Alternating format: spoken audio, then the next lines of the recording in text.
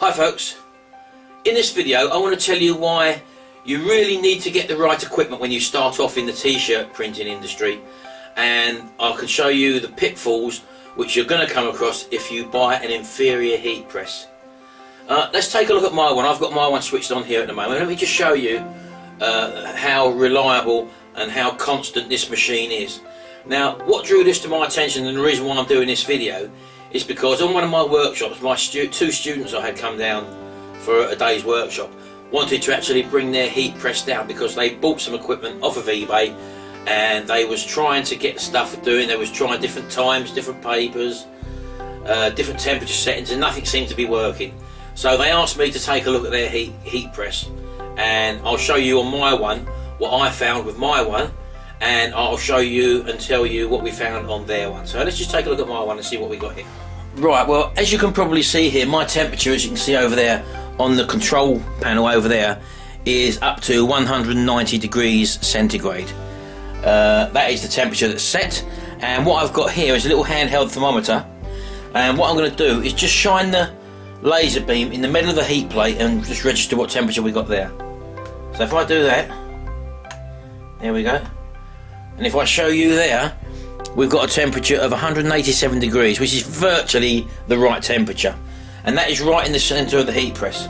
And if I go to the edge of the heat press, you can see there, the temperature is 193 degrees. So plus or minus 2 or 3 degrees, the whole temperature of this heat plate is constant. Now the reason for that being is that when you're buying a premium piece of equipment like the heat press I've got here, which is obviously very expensive, you're paying for an element which covers the whole of the heat plate. Hence you're getting an even coverage of heat temperature across the whole thing.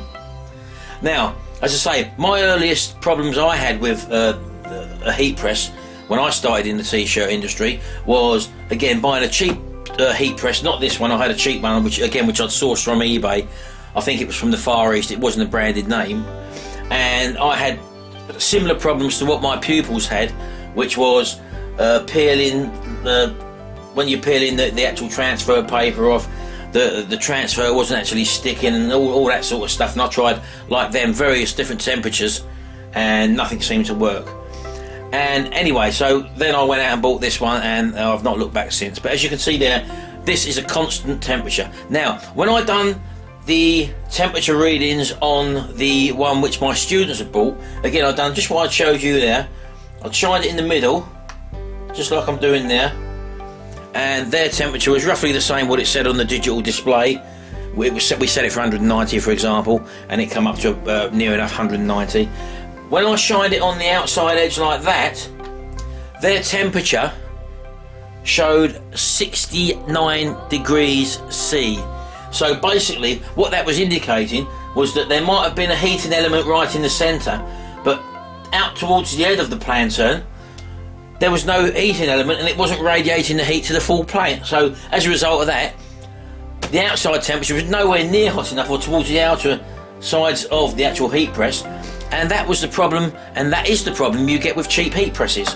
So although I learnt my lesson, I went out without actually knowing and spent about £1,000 on this little baby here, and then it solved my problems.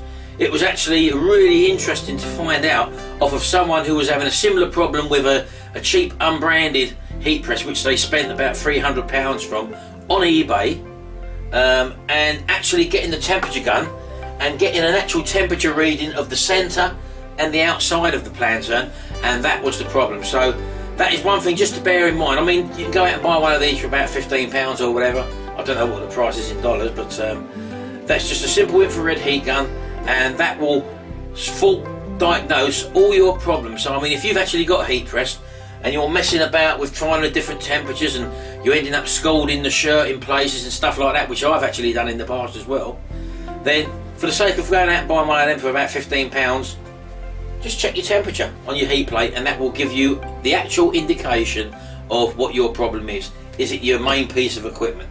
And no matter what temperature settings you try or alter, or durations, and you're just trying to fathom out things which you really haven't got any control over, because this is the main factor which has to remain constant, and that is your heat press. Now that's that. And another thing I want to show you. Now if you can't afford one of these, as I say, to buy the industry standard one, something like this, is going to cost you a lot of money, not unless you go and buy one off eBay second hand.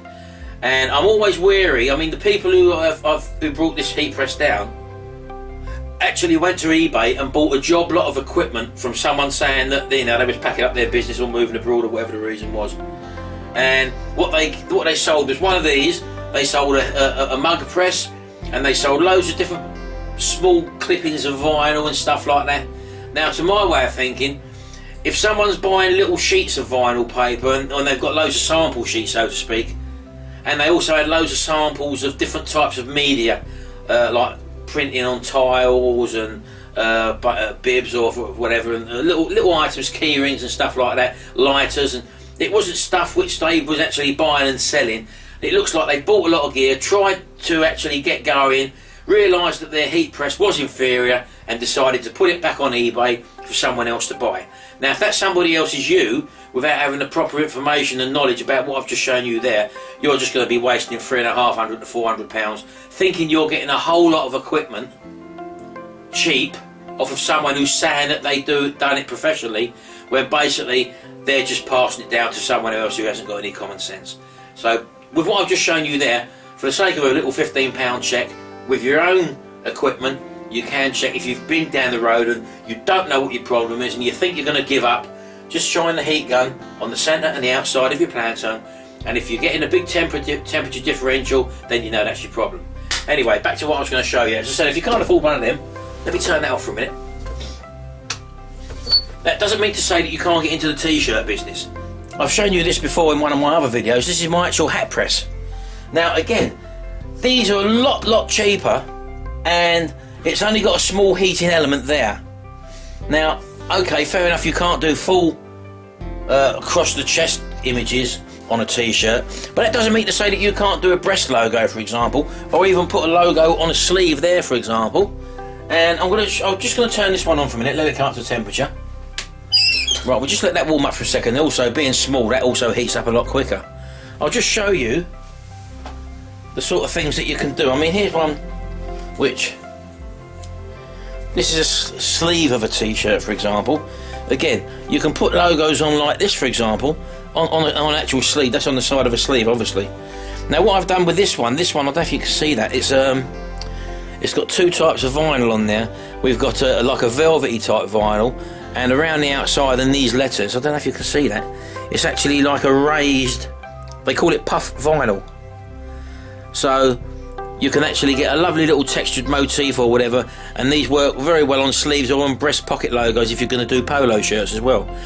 And all this was done on this little machine here. So you know, you don't have to have the big full-size heat press just to get yourself going if you're really restricted for money and you can't afford the £1,000 machine which I've got over there, for example. And all you basically do, I mean, on my vinyl cutter, we just cut out a few shapes. For example, this is the Puff Flex. No, sorry, this is the Flock vinyl. Again, I just put this through our craft cutter and just replicated this shape and printed them up on a sheet of A4 transfer paper. I then printed in a separate colour, like a circle type shape, in a different colour again, and the little caption over the top, whatever you want to write, or any other motif or whatever, again on a separate sheet again. So I've got basically 3 separate components there, all printed, all cut out on A4 sheets of paper. Now, as you probably know, now again I've got different coloured vinyls there. I've got a gold coloured Flock there. I've got so many different types there. Red glitter vinyl. What's this one here? Sky blue Flock. That's another Flock vinyl. There's a very glittery one there. That's another vinyl. I've got what have we got here? Can't see what that one is. I think that's a Puff vinyl. And there's another. I think that's another Puff vinyl as well. So, you know, you can buy them in the big rolls like this, and then just cut them to A4 size on a little craft cutter if you've only got a little craft cutter. I've done all these on an A4 craft cutter, as you know, and they're just cut out and ready to go. So if I want to assemble one of these onto a logo of a shirt sleeve, I'll do that now. I'll just cut out one of each and then we'll actually press one onto this t-shirt. Right, our heat press is actually reading 160 now on the little gauge there, so let's just see what it's actually reading on the actual meter. As you can see there, it's registering 165 there, and towards the edge of the actual plantain there, where are we? It's reading 161, so near enough in tolerance. A lot smaller plate, so obviously it's easier to heat up this smaller area there. So what I'm going to do now, I've got two types of material, as you know. I've got the light red flock, which is 170 degrees C at 15 seconds. So what I'm going to do first of all is to get my little t-shirt, our little test t-shirt which we've done, and we're going to do the other sleeve. So if I just line that up on the heat press, where are we? That way around. I'll just give that a quick pre-press. Only five or so seconds. And just lift up. That gives us a nice even area there, and we're ready to go. So what I'll do first of all, I'll put the flock on in the middle. Now, as I say, if it won't stay down, that's not a problem, because all you can do is use some of this tape, this heat tape, to just sort of put it across there if you wanted to.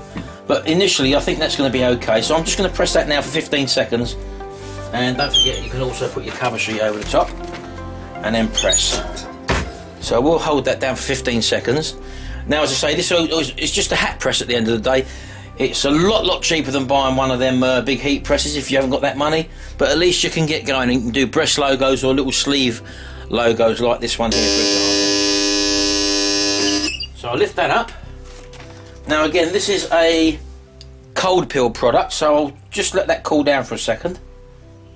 I'm not really too worried about this, as I say, because we're going to also press it again in a second, but that's okay. So let's just pull that off. So there's our first layer done. That is our flock. So what I'm going to do now is I'm going to get one of my little circles I've cut out and put that over the top of my logo. Just position that correctly, like that. And I'm also going to get me, as you see there, that started to pop up. Not a problem. Just get some heat tape and put it down in position with your heat tape. Not a problem at all. Go one the other side. There you go. So that's now in position, and I'm just going to put these letters around the top of that, which I've cut out again. I've just cut the mylar to get the curve there. But as I say, you'd have all these already printed out basically, so I'll put that on there like that. Again, I'll just for safekeeping, I will put that across there like that, and that just holds it in place. Now this stuff is what you call puff flex, and this is 150 degrees at 15 seconds, and then you turn the actual garment over and you then press it again for another 10 seconds. Now what that does, as you know, at the moment this puff vinyl and everything is on that hard face plate there. So once it's done its 15 seconds and it's stuck, we'll turn it over because the bottom of this is soft, and when you press it again, the actual raised lettering is able to sink in a little bit to this soft pad there, and that's what gives it the puff effects. So I'm just going to put that over there. I haven't changed any temperature settings, by the way. I've just left it as it was, and we're going to do the 15 seconds press down, what we said that the initial first press was going to be on this. Temperature settings I never do. I'll just lift that up like that, and all I'm going to do is remove that off of the heat press like that, and then basically just turn it over, so we're pressing on the other side. There we go. So I can feel that underneath there, and I'll just do that for 10 seconds and then lift it up, take it off the plantain. Again, they're both cold peel products, so I'm just going to wave that about a little bit and go to peel it off.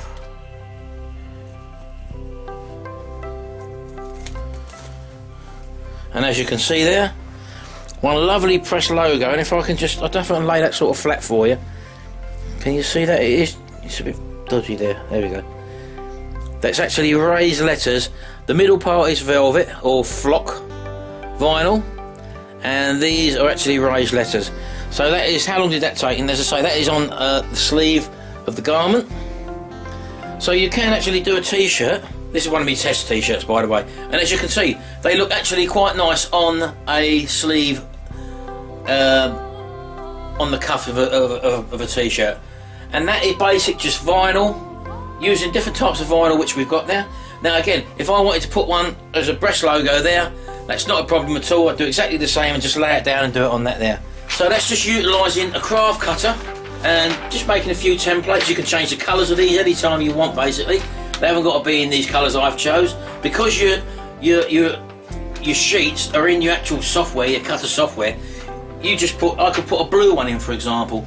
I could put a blue paper in and cut blue logos or anything like that, or change this for metallic flex or whatever. It doesn't matter, but you can do it all on a hat press for logos or little idents on your things there, or tags on the back of collars and stuff like that, what people like. And it's a cheaper way to start, basically. So I thought I'd just show you that anyway. But don't forget what I said about the heat press. If you have got a heat press, if you're going to go for a heat press to do the full images like what we've got on this t-shirt here, for example, full size images, and there's a logo on the back of that one, for example. Yes, you're going to need a full heat press, but if you're only going to concentrate on polo shirts and putting logos on, use these vinyls. They say it's not just a white vinyl, they're all different textures and that, and you can actually see there, that makes quite a nice little logo there, but just by utilising two different colours, for example. Anyway, there you go. Hope you enjoyed that one. Speak to you again soon.